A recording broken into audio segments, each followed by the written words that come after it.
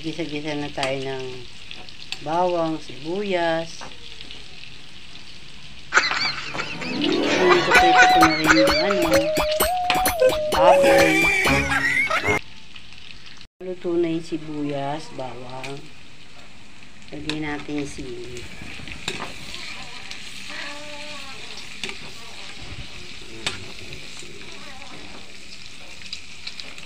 Ito natin yung sili.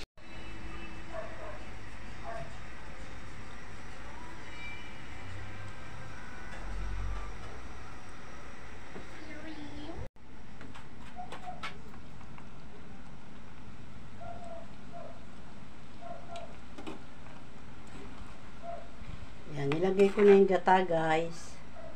Pag kumulo na yan, pwede na ilagay din yung sitaw at saka talong. Kahit anong gusto nyo gulay, pwede po ilagay.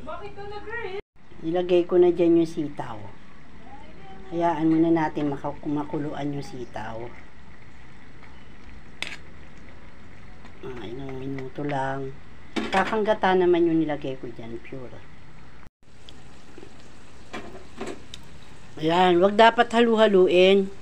Kasi ito yung pinakagata niya, o yung pinakalatik.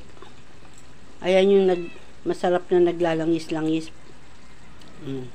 Pag ito ay, alam nyong luto-luto na yung sitaw, ilagay nyo na yung susunod yung gulay.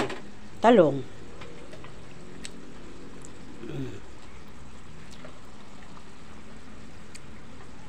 Tabingi kasi ako lang naglalagay, wala naman akong cameraman eh.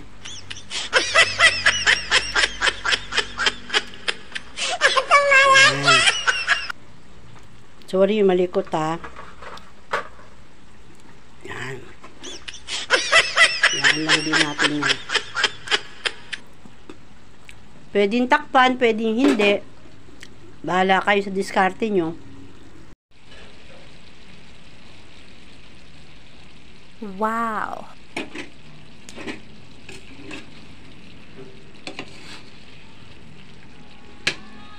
Lagyan natin ng konting brown sugar. Ayan o. Luto na yung ano natin. Sitaw. Iniintay na lang natin maluto ang talong. Langis-langis na siya.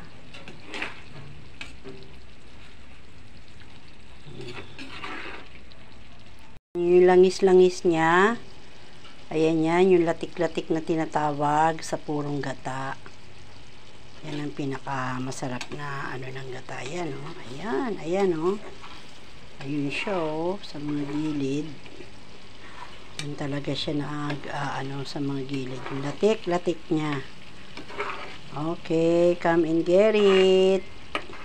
Lunch is ready. Mga anak ko, sarap-sarap na naman na itong kain natin.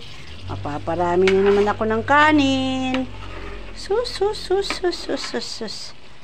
Wow.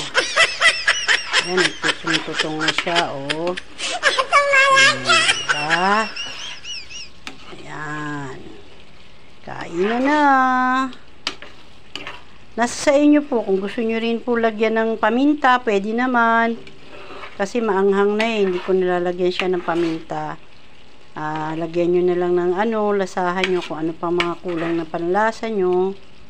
Meron akong asukal dyan. Yun yung pinakapanlasa niya. Plus yung langis-langis niya sa gata. Teka muna guys. May nakalimutan pala akong ilagay. Wow!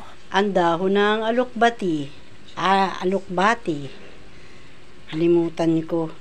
Sayang to. Hindi sa rep ko eh. Hindi ko na ilagay sa munggo. Ayan. Ito natin ilagay. Sarap lang naman yan maluto. Yan o. Naglalangis-langis na yan eh. Yung aking munggo. Ayan. Konting halo-halo. Pailalim lang natin siya. Para ano. Maluto agad. Ayan. Pwede namang hindi nyo ilagyan ng alokbati. Ako gusto ko maraming gulay. Yan. Konting kulo lang yan, guys. katyaga. Sige na po.